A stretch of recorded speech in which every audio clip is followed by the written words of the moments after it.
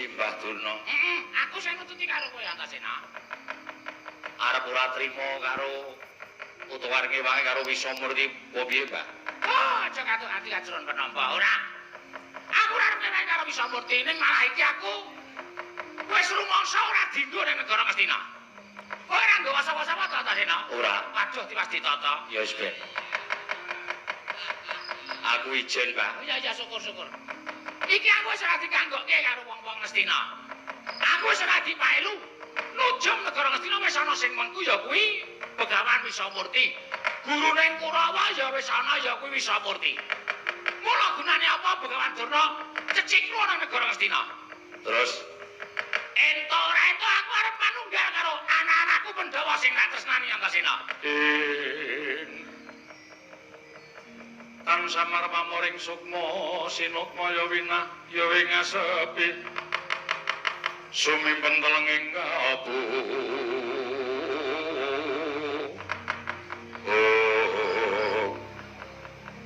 aku ora gampang nampa simbah. Loh, ora gampang piye? Mergane nuwun sewu sampeyan kuwi wis dadi nujum ning negara Ngastina tur nuwun sewu. Bola bali pakartine Simbah Durna kuwi ra elek to. Senengane ngrajangi pakartine Siwa Duryudana. Nah iki mengko aku nampa sampeyan terus dadi siji ning negara Ngastina, utawa negara Ngamarta. Terus nek sampeyan nyebar wisa Ngamarta sing maune arum, Ngamarta sing maune tentrem. Dadi ora tentrem mergo Simbah Durna. Mula aku nampa suwitane wong kuwi ora mung bakal terus tak tampa ngono kaya Duryudana ora, ning tak kintingi tak delok kesaguane sarta lahir batine. Loh, kowe perlu bukti apa? Kowe perlu bukti apa? Nek pancen kowe butuh bukti, kowe kandha buktine. Monggo aku yang bakal ngaturake karo kowe. Gandeng aku mungsuh Wisamurti. Monggo aku ngerti watak wantuning Wisamurti kae iku mesti ngetak kowe para sata Kurawa. Nek kira-kira kowe gelut karo Kurawa wani ora? Ora ngono to, No. Kurawa ki ra muridku dhewe to. Jare wis ora tak anggap murid, kae murid Wisamurti. Anggunane apa kowe sampean arep ning negara Ngamarta, mongko ora iso ngetokke dharma bekti sampean karo Pundhenku Pandhawa. Gunane apa? Oh, jujur bae aku nek kon musuh Kurawa ora tegel. Aku nek kon musuh Kurawa ora tegel Antasena mula sing gedhe pangapuramu aku ora iso ngaturke dharma bektiku karo para Pandhawa srana aku suwita marang para Pandhawa, srana aku jotosi Kurawa, kok liyane Ora, nek sampean gelem iso nglakoni, aku matur nuwun. Nek ora, ya tetep sampean ora tanggep lahir batin karo para pepundhen Pandhawa. Piye gelem ra? Nek gelem nyang, nek ora ya wis sampean bae ning Sukalima. aku nek bali ning sekolah mesti disusul pakai sengkuni. Ah, terus engko baline ning Negara Ngastina to. Ketok ya. Aku jenenge sampean ora lahir batin le metu saka Negara Ngastina. Nek lahir batin metu saka Negara Ngastina, ewange Pundhen Pandhawa, ayo ketoke kesaguanmu. Nek aku ora mentolo, Antasena, aku ora mentolo. Jajal sik piye? Nek sampeyan ora mentolo nonton tandhake Antasena, mengko nek kira-kira aku sing ketemper yudane utawa Wisamurti ngalahke Antasena, sampeyan ngiwangi aku. Oh, nek perkara aku ngewangi kowe njaluk diwangi cara piye Antasena? Nek pancen kowe Wisamurti iso ngalahke karo kowe, aja kuwatir. Durna sing bakal bantu karo kowe. Tenan ya, Pak. Ah, Ya, iki Durna apik bengi iki. kepiye to? Kudune lakone Durna balik. Oh, Balik apik. balik apik. Tak pedhone Kurawa. Ah, sing hati-hati. Nek nganti Wisamurti ngalahke kowe, kowe kandha karo aku, Antasena. Ya, Pak.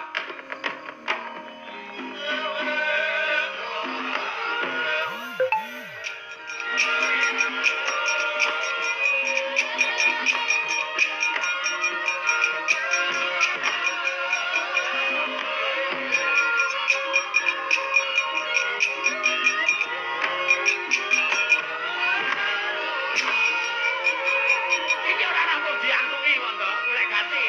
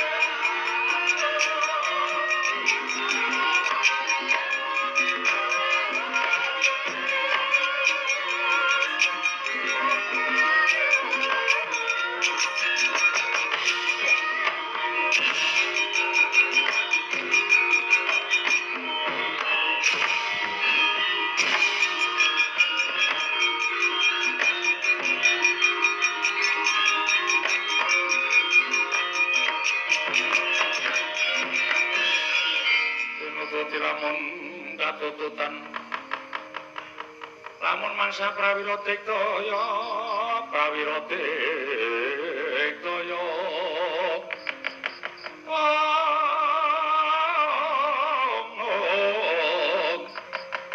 nanggono magawe kelari rawang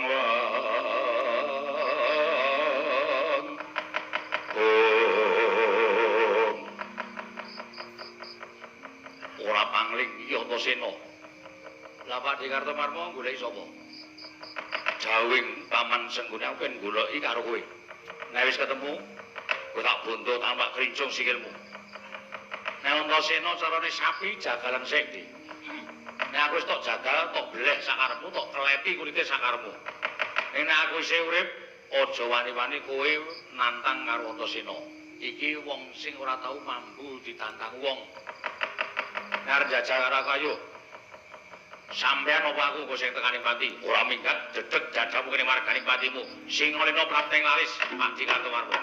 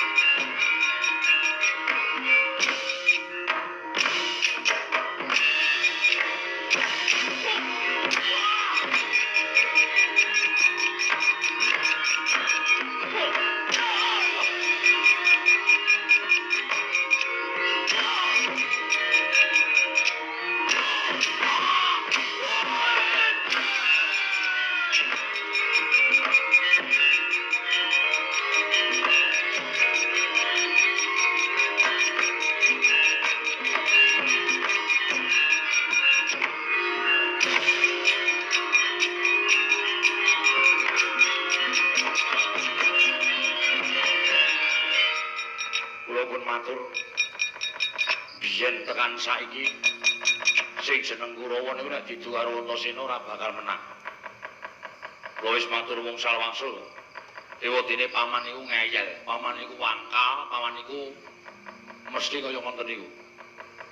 Jajal cekel Antasena, buktine saring mangsawan. Kula niku luwih tuwa, kula niku makne gedhe. Antasena teng peperangan digawe wirang karo Antasena. Sin. Sumrene Antasena ngraman utawa Antasena gawe geger, ampun ngakon Kurawa. Sin. Kula pun matur wungsal wangsul. Kula tetep kalah nek musuh Antasena. Janjane kula maju niku wis mangu-mangu ragu-ragu. Nyatane pundi? Antasena iso menang karo Satama, Satama sakjenging urip ora menang karo Antasena. Sin. Sin.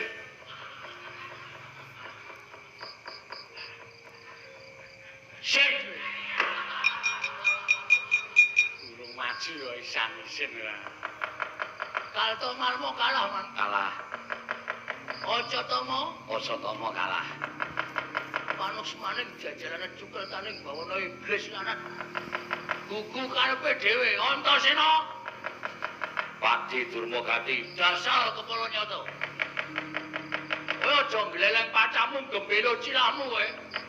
Iki senopati ning Ngastina Raden Halya Durmagati. Ayo, ungalno jajamu tak untapake nyawamu nang kayanganing Bathara Yama Adipati, aja dundang Durmagati. maju ini dibantangane Antasena ora dadi loro dasmu aja dundang Antasena.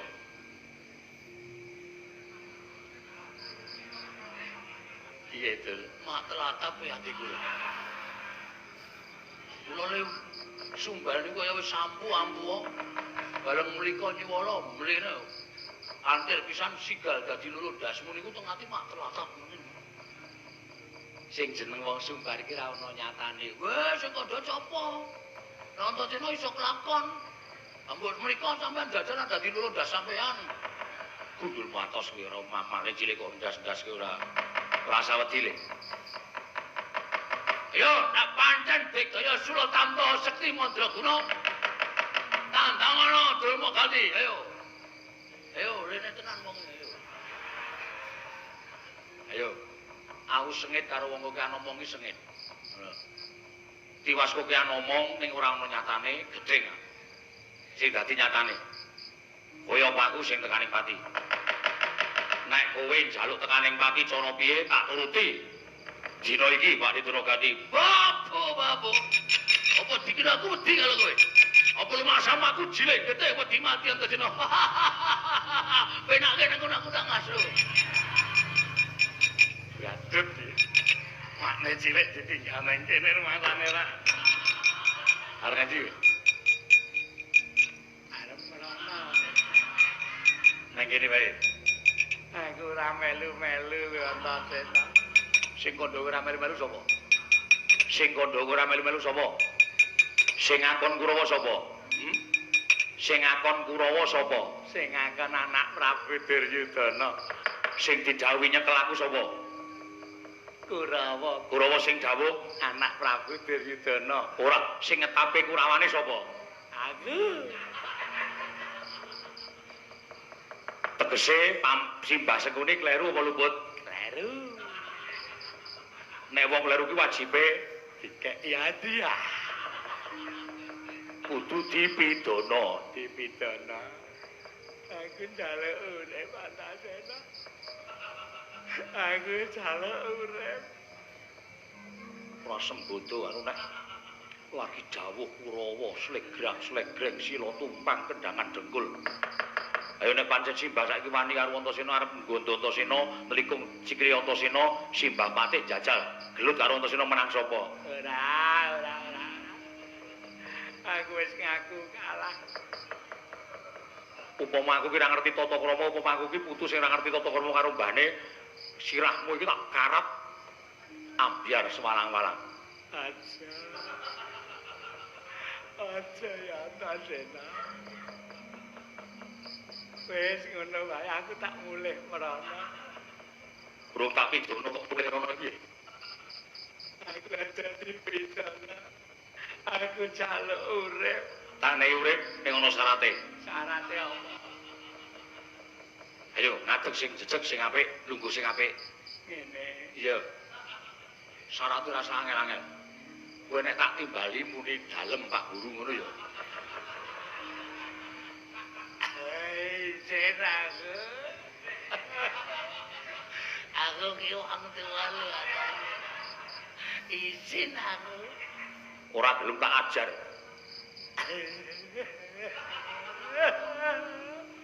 Piye, sago ora? Izin aku. Nek ora sago tak kepruk watu ndasmu mati. Nek sago tak timbali dalem Pak Guru ngono. Yo. Iya. Ya wis, ya wis. Sedakep. Sedakep. Timbali senggune. Dalem Pak Guru. Kelas piro, Lik? Kelas 3. Ora munggah ping piro? Ping 6. Aku ora tau munggah ki ngopo? Nginjen roke Bu Guru. Oh, kurang ajar kowe. Nggih, Pak Guru. Weruh apa? Weruh jempitan. Lho, ora saru to, murid kok saru. Jempitan rok di PP kok Pak Guru. Oh iya, Nggih, Pak Guru. wis belajar apa wae sengkune? Mata-matamu. Matematika. Nggih. Matematika. Berarti wis iso hitung-hitungan. Sampun Pak Guru. Loro ping loro, Papat. pinter. Matur nuwun. Tepuk tangan. 6 ping 6, 36. kowe lah pinter. Tepuk tangan. Ya. Terus liyane sinau apa? IPS. Kuwi mempelajari tentang Tanaman, Pak. oh iya, Nek IPA kimia, biologi, mempelajari bagaimana caranya berkembang biak. saetan. Sing kene ajar nyanyi ora? Ajar Pak Guru. Paling kula senengi. Ayo, tak luari mlaku ndono karo nyanyi. Nek mandeg tak bandem bataku ora iso. Tembange napa Pak Guru? Sakarepmu. Bebas. Selego badak. Ya, suku-suku batak. Selego badak. Badak. Sini Pak Guru. Ora usah isin, ayo mlaku ndono karo joget, pinclak-pinclik. Nek mandeg tak bandem sira. Selego badak. Badak. Sikile. Ele sirata menyang sele. Lele. Wah, anggere mandeg bandem sira. Majen rit luluba. Wong mati ora ubah. Pan. Sampeyan niku wong tuwek lho. Turut dalan kok joget-joget karo nyanyi sluku-sluku bathok. Sampeyan niku patih lho. Isin kula carane kaya ngoten niku. Sluku bathok. Bathok era man. Sampeyan niku kok sadar. Sampeyan niku patih lho. Kulawan niku dipimpin karo Patih Sengkuni ya sluku-sluku bathok. Boyo eling no, Man. Bathok elae sila Nalika ngoten niku isin pegaman slunggu batang. Bapak nyilakane piye ora apa ora nyilakane oke ya gumun ya wit slunggu batang. Mo kula endo kena sampean iya aku dadak nyanyi nek. Kula tampan ana. Oh, kula nek kena ya dadak nyanyi. Wis kok ya delik. Hati-hati.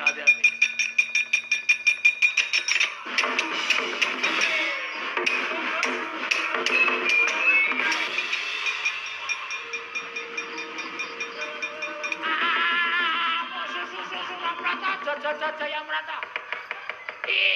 Bagian padha-padha. Antasena kowe ngomong sasek para sasa Kurawa. Sapa sing ketok? Raden Arya Dududana Cicitraksi. Jaya Ngaloga. Antasena kowe musa Cicitraksi padha karo ketemu malaikat. Titik noda. Titik jong akhirat karo pancen.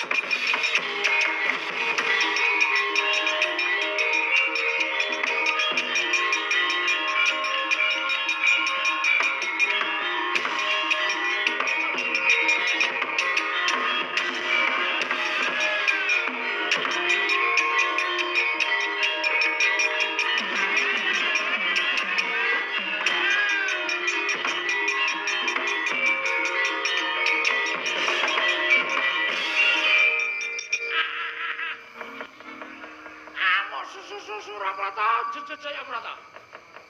Antasena. Pak Cicitraksi. Boyo le ngendika alon-alon wong kasampeyan iki kami sosolan. Sakarepmu. Wong nesu alon-alon.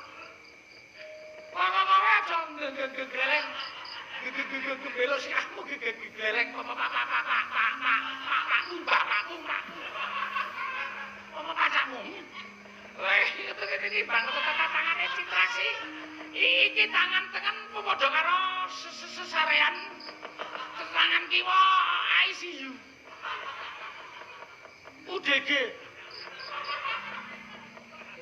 Ngarane wae kuwi. UDG apa? Terus ngono dadamu dadamu memontrat kamu. Sik, nek arep gelut kuwi ditata. Ditata piye? Kowe maju rene iki kira-kira wis menang karo Antasena. Kowe sumbar iki apa kira-kira wis menang karo Antasena? Menang. Lho ya mbok. Lah mulane nek wong arep perang iki ditata, musuh kae iki iso tak kalahke apa ora. Nek iso tak kalahke sumbara, nek kira-kira ora iso tak kalahke aja sumbar. Wah, iya ya. Ah iya. Lah terus apike ngene, dijajal yo. Kudu dijajal ya dituku. Masa dijajal kok dijajal tenan aku. Aku nek musuh Kurawa ki mangkel. Lha kok sebabe? Kurawa 100 sing pekok 80. Betul. Pakai dia. Antasena ora sakuan bebangan. Iki nang kene kowe apa aku sing tekaning pati. Manut. Ning nek kowe ngantem Antasena glecak, aku meguru karo kowe. Ning tangane Antasena ki lentrek, raimu ora cepling mripatmu aja dundang Antasena. Wah. Ya, cikur. Elok tenan. Memang nyontek.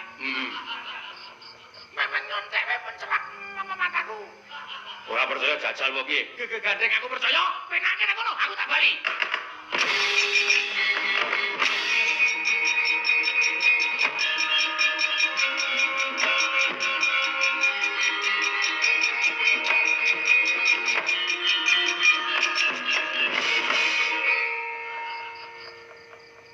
Piye, Cik? Mentelak makane. Kose. Maksude piye kowe? Kula tekan mriko, Mas. Sik to, lek guyu kok sik. kok nek aku lucu lagi guyu ngono apa-apa kok.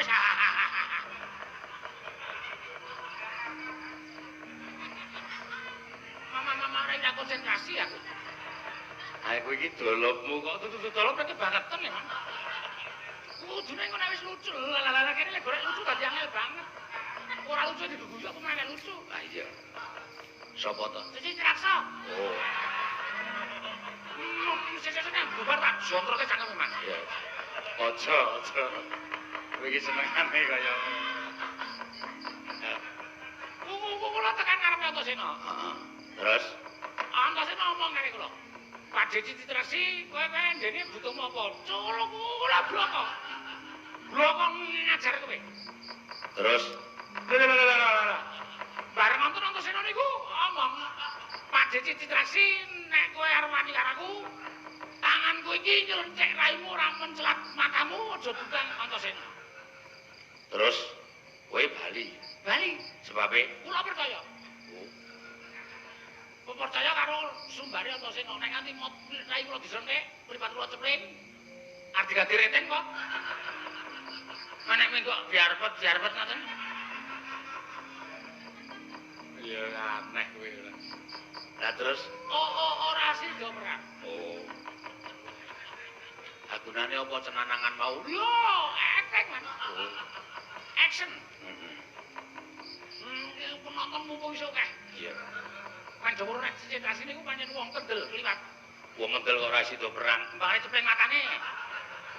Napa sampeyan ono wong disentek kok main cepling matane? Rek. Namane wong ora. Penemban Wisamurti kados pundi? Sengkune Kurawa kan minggir sengkune nak tandangane Antasena kaya ngapa wujudé.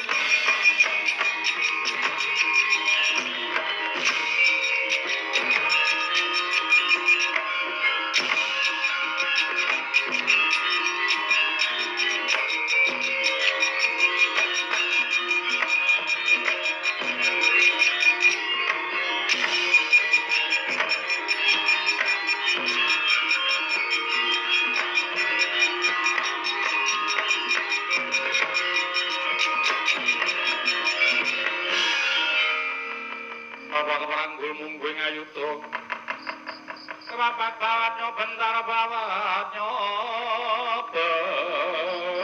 bentar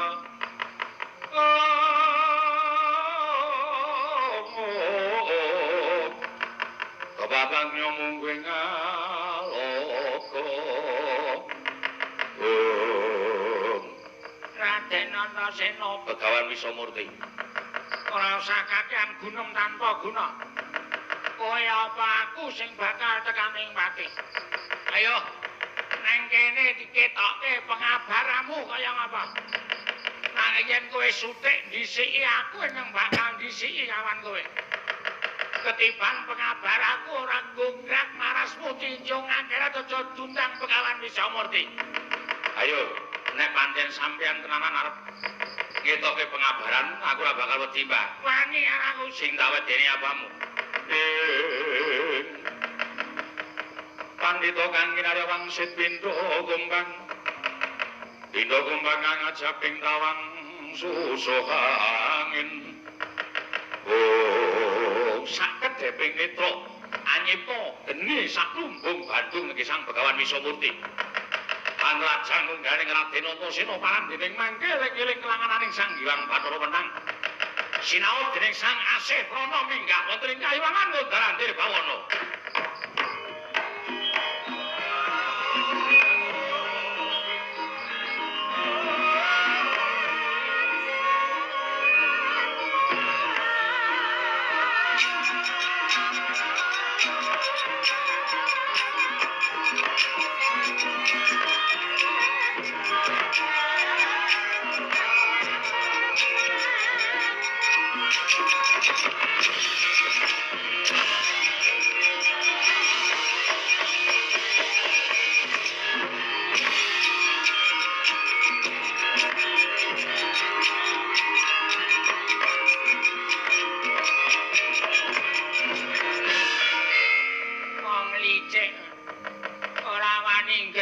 sirik gedhe wedi mati kowe Antasena. Ora wani nampa pengabar aku. Kowe ngoncati pabaratan ya tekan ngendi wae tak oyak ora lega rasane ati ora nyangking sirahing Raden Antasena.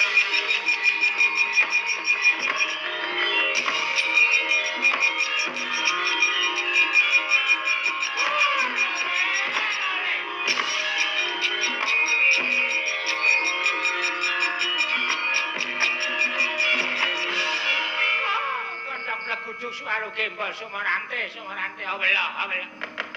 Ora ono babar pisan aku dadi kaya ngene kedadeane si Antasena nganti ilang tak kecepake.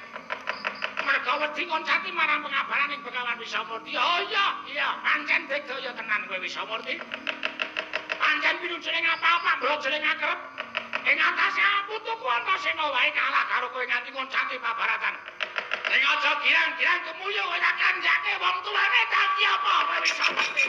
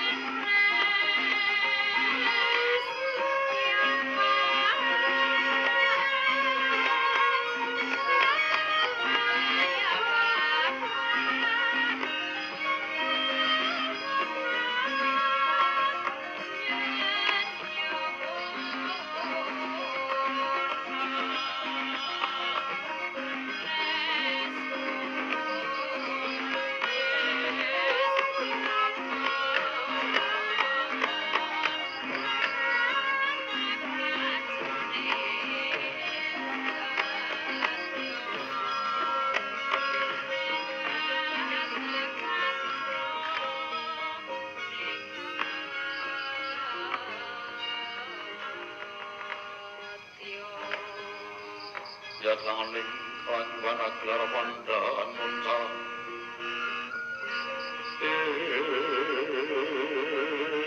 enom berkekonan surang sawantetan padang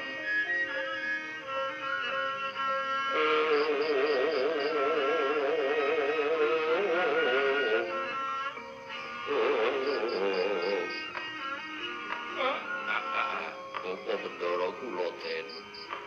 Ora enten karang kadempel, damel kaget. Enten apa, Gus? Nggih Dara. Ing abdipun nala garing Cemadung Dawu. Kepareng kula Cemadung Dawu Den Dara Janaka. Nadan kampun abdipun Bagong semanten ugi nyadong dawuh Dara. Kakang Semar. Mundi dawuh timbalaning Kanjeng Prabu ing Amarta. Lamun dina samengko Kakang Nayantaka katimbalan sowanana ing Praja Ngamarta, Kyai Semar. Wigatosipun menapa? Lamun Kanjeng Prabu pikantuk sasmita. Yen to wektu dina iki ana lakon ingkang bakal tumanduk marang Praja Ngamarta. Mula penggaling Kanjeng Prabu Koko Prabu wekasan utusan lawan Janaka supaya sumusul marang Kakang Semar awit nadyan Kakang Nayantaka kuwi wujuding ana kawan derajate ngaceplik nanging tumrap para Pandhawa wigati lan duwe daya kang bisa ngayomi marang para Pandhawa saka saliring panggoda pangrencana Kakang Semar. Semarekaten prayatna samuriris eka balik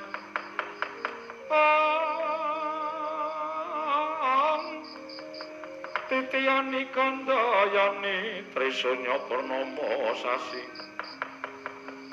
kilar-kilaran ing tengah latar milang lintang bima sekti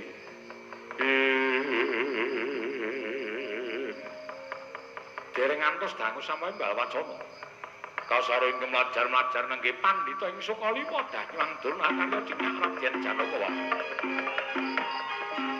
Wanglangen dia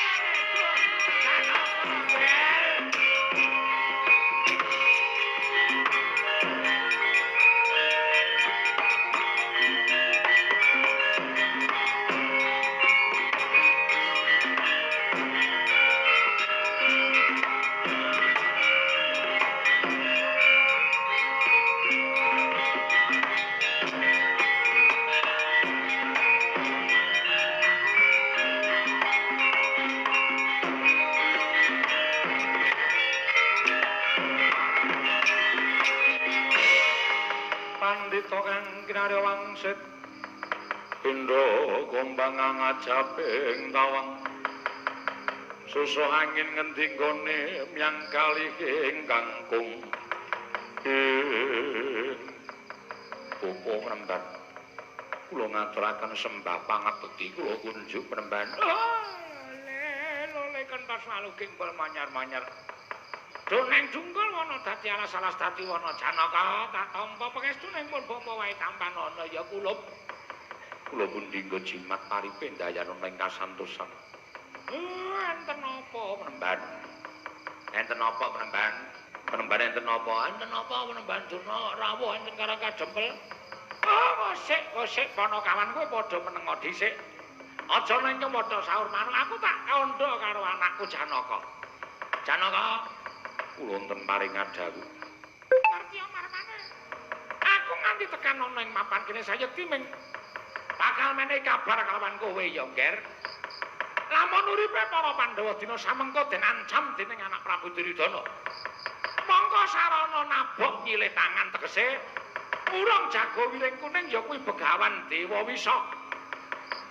Ingkang samengko mapan ana ing negara Ngastina. Oh, Janaka. Nicek wujude pancen prita tuwa nanging digdaya sekti kalintang dayaning perang. Ketitik anakmu lanang ana ing Randu Gumbala Si Antasena wae. Nalika semana nandhing rejaning Begawan Dewa Wisa.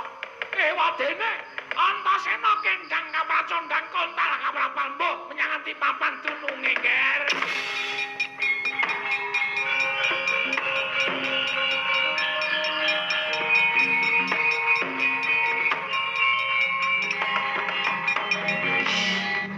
Boten kinten babar wisan. Bilih Koko Prabu Duryudana sampun ngurung jago wiring kuning. Bener pancen kaya mangkono. Malah pendhita mau wis nengkake ngalunggur dadi parampara dadi guru ning para Sata Kurawa. Mula tinimbang ana ing ngembari marang panguwasaning Begawan Durna, ngembari marang jejering Begawan Durna. Aku timang nglungani negara Ngastina. Ora lega rasane ngatiku lan ora bakal pati-pati bali marang negara Ngastina yen durung mati Dewa Wisa mau, Nger. Mekaten Mremban. Mula kowe saiki aja nganti kesuwen ana ing Karang Kadempel. Gandeng aku wis menehi kabar karo kowe. Wis tak kandhani kanan negara Ngastina. Baliya, matur marang kadang-kadangmu para Pandhawa, luwe-luwe marang Ratu Ndarawati. Sumangsa barang anggone bakal gawe karti sampeka supaya iso ngisas Angkara. Ingkang saya ngombrong-ombrong dumateng negara Ngastina Ger Janaka. Lho nggih ngestaken dawuh nyuwun pamit bapa penemban.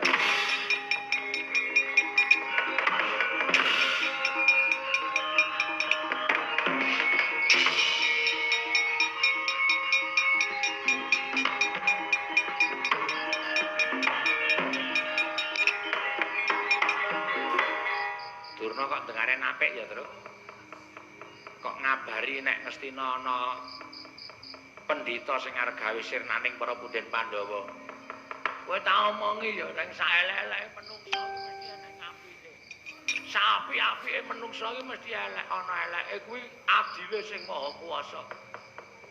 Ngono ya, Kang. Angkara murka wis kowe kelingan ora? Prabu Dasamuka kae angkara murkane kaya ngapa? Wis ngilangi nyawa pira wae. Iya. Ning aneng apike lho, Truk. Kulo kuse-kuse. Dasamuka kok aneng apike.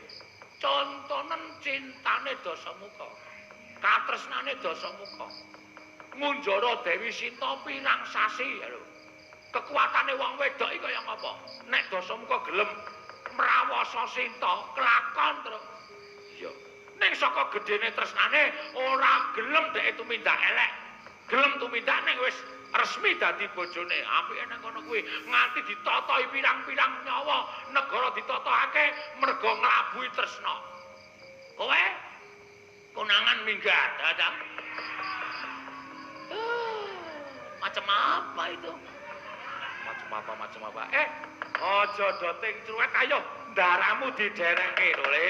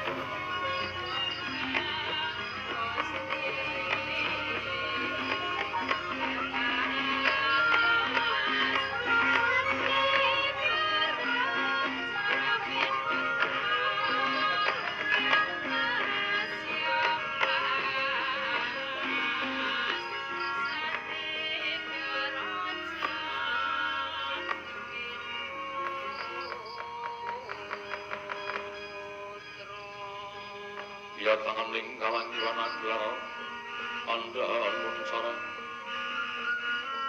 Enom Ler kekonang suram sorot detan padang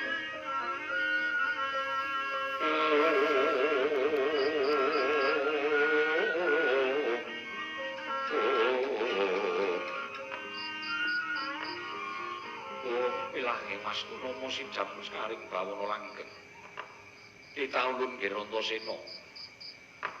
Yen Tomboya ulun ingkang nyaut marang jeneng kita sayekti kita bakal kubar marang daya kemandening Begawan Dewa Wisa ing mapan ana ing negara Ngastina. Mula kang sangka kuwi inggih apa-apa ing bakal mbok tindakake mau sayekti petungan nganggo nalar ingkang ganep. Olah aliken sarta gelar lan gulungen aja nganti kita tuna ing tembe mburine. Kakiwenang aku ngaturke pangapura sarta aku ngaturke panuwun ing tanpa pepindhan. Ya ya nggih, mbuya dadi ngopo? Ing sateruse apa sing nak tindakake mau sayekti wis tak andepi marang tekading Antasena. Upama aku kena daya kemandening Begawan Dewa Wisa lan Antasena tekaning pati tak ikhlasake. Tak ikhlasake kakiwenang mergo prasaja wae nganti tekan seprene iki rasaku kok kaya kurang ganep minangka dadi putra utawa dadi anake Prabu Den Pandhawa. Dene jejerku kok ora iso padha karo dulur-dulurku putra Pandhawa liyane kang tansah iso mikul dur mendem jero karo wong tuwa. Kena ngapa aku dilairake kok dadak wujud kaya mangkene? Kena ngapa aku dilairake kok dadak wujud wong sing ora iso basa, wong sing ora iso tata krama, wong sing ora iso netepi darmane anak karo wong tuwa kaki. Antasena ana dawuh apa? Titah ingkang gumraning jagat ingkang dugal kewarisan mboya ngerti tata krama sarta mboya nganggo unggah-ungguh. Sayekti mboya namung kita. Nanging dulur kita Ndrapsila Geni, Bambang Wisanggeni uga tanpa beda kelawan jeneng kita. Awit saking titah ingkang gumraning jagat mau sayekti ana siji ngantaraning loro ingkang piniji marang panguwasaning para dewa dadi kelangenaning para Jawata. Monggo kita wis sineksen lan kadang kita ing Ndrapsila Geni Wisanggeni tetela dadi kelangenan ulun. Sayekti menyang endi kita kuwi mapan ing kono lenggah panjenengan ulun. Kula nadyan kita ora nggunakake tata krama, ora nggunakake basa, sarta ora nggunakake unggah-ungguh. Sayekti kaperbawan saka perbawa ulun ingkang mapan ana ing jiwa raga kita, sartane kadang kita Wisanggeni. Kula Antasena rasa mangrasa ing mengkono mau sisihna saka ati kita, ora susah kita metung kahanan kita ora padha lawan putra-putra Pandhawa liyane sabab sumrupa. Lamun sejatine malah kita ingkang luwih mulya tinimbang putra-putra Pandhawa liyane sabab kita gumraning jagat niji marang panguwasaning Hyang Wirud Bathara Wenang ya panjenengan ulun minangka dadi titah kelangenan ulun. Oh ngono dadi aku urip ana ing jagat iki dipadhake kewan napa piye? Ora ngono Antasena, kita durung dong apa kang ulun karepake. Kita gumraning jagat sayekti minangka pangeja wantahing panjenengan ulun. Apa dene kadang kita Ndrapsila Geni kuwi ya minangka dadi pangeja wantahing panjenengan ulun. Nanging sayektine kita gumraning jagat samengko pancen guya padha kelawan putra Pandhawa liyane. Lah ora padhane nggo napa kakimenang. Kita ora bisa labu-labet kelawan punden kita para Pandhawa besok bakal melu ing aran Baratayuda Jaya Binangun awit pinesti kinudrat lamun kita lan kadang kita Wisanggeni melu Bratayuda sayekti ora nganti telung kedheping paninggal saka panguwasa kita lan kasekten kita Kurawa bakal tumpes tapis tanpa sisa. Mula kita ngabekti lan para Pandhawa sayekti ana winates kawan kodrat ulun manut marang jidaring pasti ing wis ulun tetepake Antasena. Ngono kakiwenang ya. Kula kang sangga kuwi rasa pangrasa ing kaya mengkono mau sisihna saka pangrasamu. Tetepno minangka dadi putraning Pandhawa tanpa beda kaya Atmaja liyane.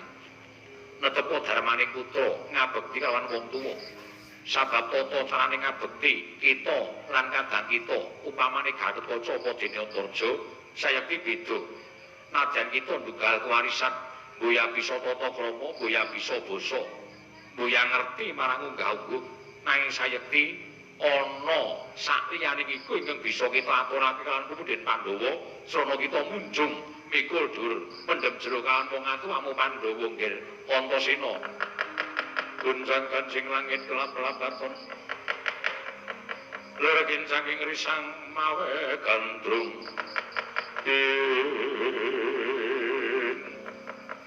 Kosek kaki menang. Ngendikane kaki menang sing kaya mengkono mau, aku sapirangan percaya ning ana bab sing aku ora percaya. Lho. Kita mboya percaya marang panjenengan ulun apa ingkang kita mboya percaya? Aku mbok ngendikake ing ngendi lenggahing Antasena ing ngendi papan dunungku, sartane papan dununge adu kuwi sanggeni. Wong kono lenggah kaki menang. Nanging sabab apa ing atase wujute Antasena sing pancen titah pinilih dening kaki asih krana. Aku mung mungsuh karo Jagung Astina aran Dewa Kartika wae kok ora iso menang. Yen ngono ngendikane kaki menang mau ora jumbuh lawan kasunyatan usik. Yen kita wengake permana jati sayekti mungsuhe Dewa Kartika mau dudu kita.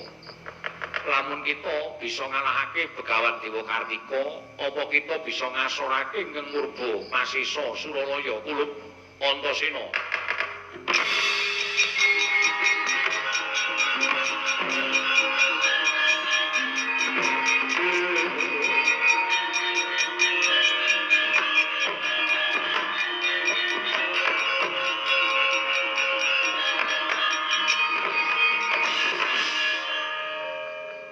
Tanggaping gati, tanggaping sasmita,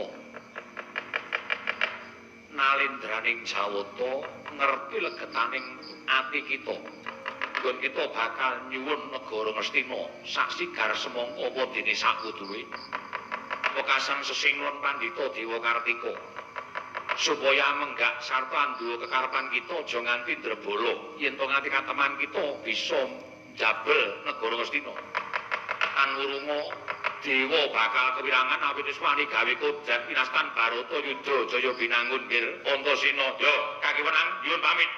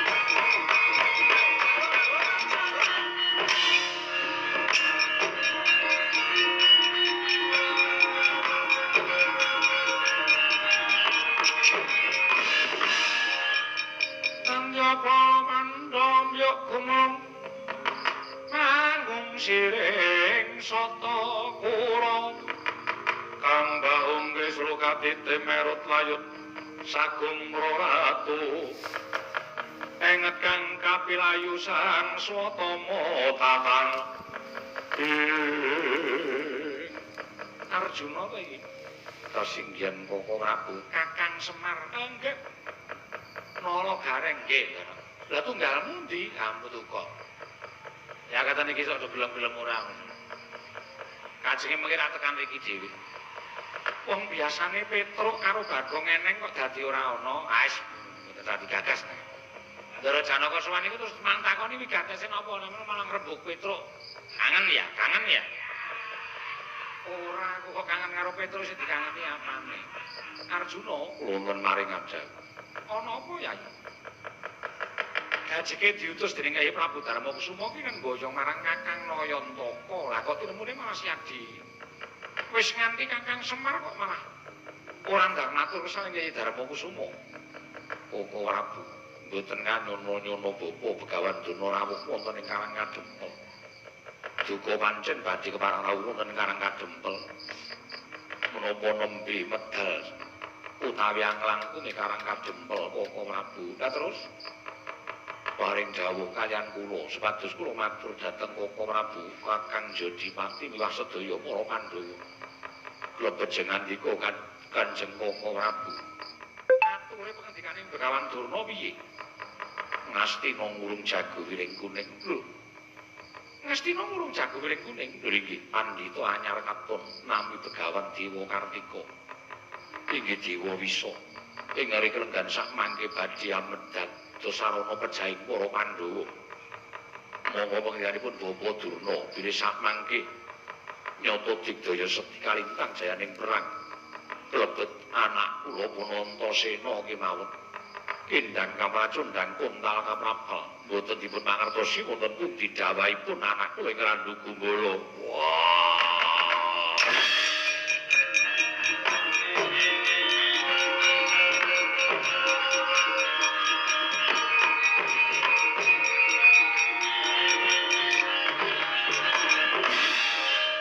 Cah mejenun.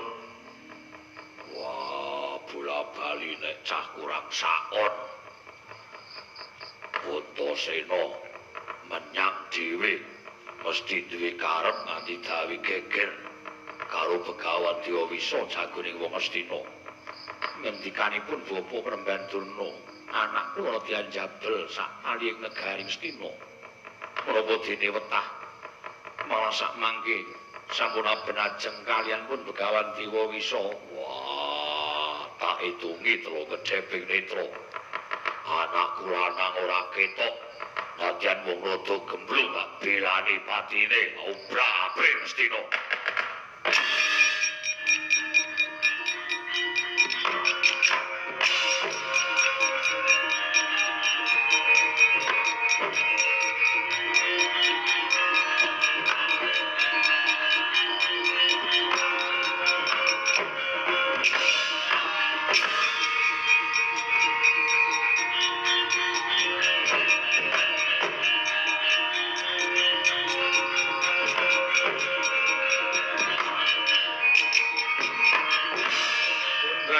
Sing langit kelap-lapaton lur gencang ing risang mawe gandrung. Bocah kok kaya tanggap sasmita lagi dirasani karo bapakne kok wis mak jedul. Antasena kowe saka ngendi? Sowan Bu Lunase Prana Wadi. Iwang pikulun padha menang. Ya. Wigatine niatku ora sowan, nanging aku dislametke karo Iwang pikulun padha menang. Nalika adu arep karo Begawan Dewa Wisa ana ngetoke pengabaran geni sak lumbung Bandung mewahi ngobong karo awake Antasena. Wekasan Antasena saut karo Sang Hyang Bathara Wenang. Diparingi dawuh supaya aku kinen bali maning jagat. Kosek aku tak takon. Karepmu nggonmu tekan Ngastina ngapa? Karepmu nggonmu tekan negara Ngastina ngapa? Ya sing gedhe pangapuramu ya Pakde aku ora tren karo Kyai Sepuh. Sirku pengin mulyake pepundhenku Pandhawa srana gawe tentrem ayem penggari para Pandhawa nyuwun negara Ngastina. Ora ketang sak sigar semangka tak suwun saka astaning Padayudana. Terus Ngastina ana jago ngono to? Ya. Jenenge Dewa Wisa kuwi mau. Wah, Caitan. Caitan. Piye, Pak? Sesuk meneh nek duwe karep taren karo wong gerak. Apa rumangsamu kowe sisa apa dhewe napa piye?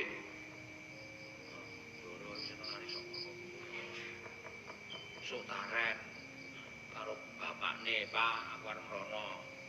Pak jujite ngono. Ora kok cucu-cucu dume ampuh dibanding daya ya reng ayam. Kaya anak kula taren napa-napa, Pak. Wawi ngoten niku. Kowe kira ora jelas napa to, Kang? Ciri. Oh ya wis. Ambil kaya ora iso direpet. Ya wis sakarepmu. Sesuk meneh anggere menyang tanpa taren karo wong gerak. Wah, aja takon dosa kecek mutar. Ndoro perkutara ki nek mulang anak ya ngono kuwi ya rek kaya. Aning anakku iki baca tak manja kok, Tru. Apa-apa ki tak turuti kok. Jaluk apa dikira ya tak nehi. Kelas piro ana kelas 0. Jaluk HP ya tak tukokke. Kelas 0 kok jaluk HP itu. Ya wis ben mbakane nangis. Tak tukokke, jaluke ngene mbokne. Oh.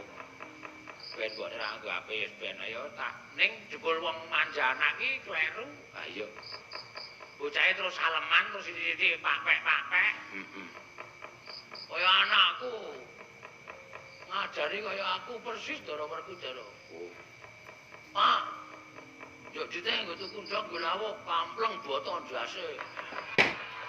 Anakmu sepene mahrung mari ra gatokan aku. Oh, iki senengane ora ngajar anak ora sapenake dhewe. Lah terus Aku nyuwun pambiyantu ning Punden Pandhawa. Nyirnake Begawan Dewa Wisa. Werkudara anakmu njaluk tulung ki lho. Wah, ya menyang karo wong gerang.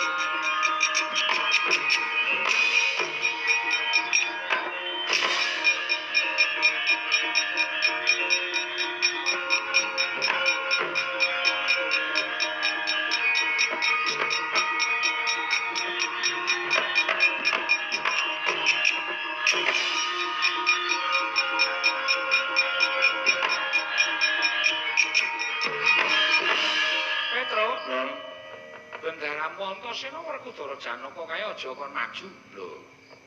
Lah pripun? Mundur. Ora. Maju. Mundur. Kuwi rak mau. Nggih. Mergo kae dudu mungsuhe. Lho, dudu mungsuhe dudu. Pinter njara langit digdaya setelinang piye wae tetep dudu mungsuhe Dewa Kartika. Lah mungsuhe Dewa Kartika Bapakmu ana. lho kok ujug-ujug kok bapak Wis to, ndak malah keslak kesuken kok. nggih.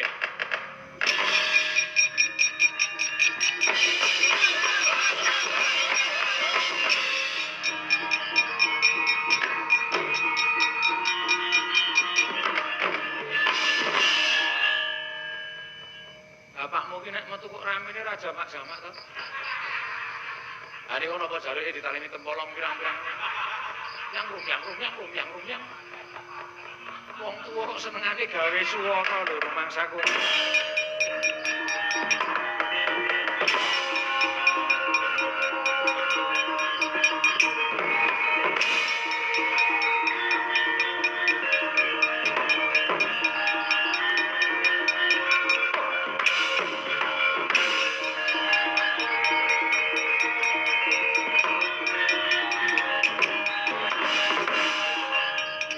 Sampah wong gombak kuncung.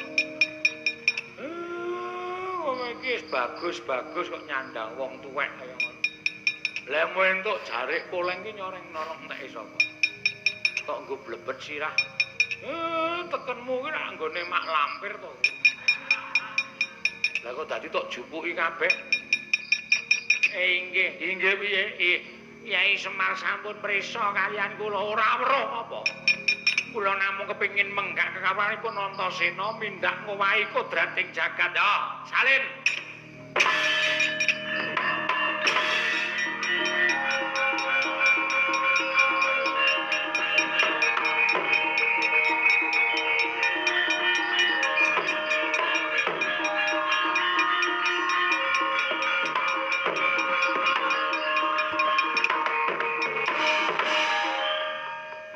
Boten kula boten wonten ing kedugi mambengi kekarepanipun Antasena. Ya.